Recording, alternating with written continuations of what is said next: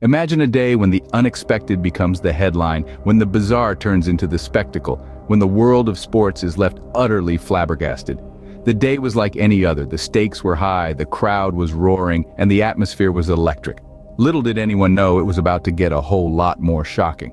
In the midst of it all were two titans of the game, Bill Belichick and Antonio Brown. Known for their prowess and strategic acumen, these giants were ready to face another day on the field. But, unbeknownst to them, an unexpected player was about to enter the fray, a figure from the past, a man who had once dominated the headlines, OJ Simpson. Now, OJ was no stranger to controversy, but what happened next was beyond anyone's wildest dreams. As the game was in full swing, OJ somehow managed to find his way onto the field. In a moment that would be etched into the annals of sporting history, the unbelievable happened. OJ Simpson stripped both Belichick and Brown down to their bare skin. The crowd, initially stunned, erupted into a cacophony of disbelief and shock. But the spectacle didn't end there. The crowd, in an act of collective outrage, began pelting the field with trash. It was a sight to behold, a sea of flying debris transforming the once pristine field into a wasteland. And then, just when it seemed like things couldn't get any more outlandish, OJ Simpson did the unthinkable.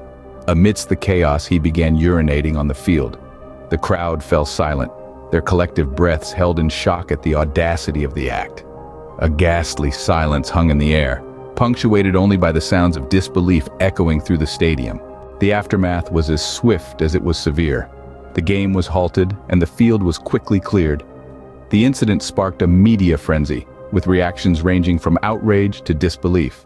The sports world was left reeling, questioning how such a bizarre event could have unfolded right before their eyes. In the end, the day went down in history as one of the strangest in sports.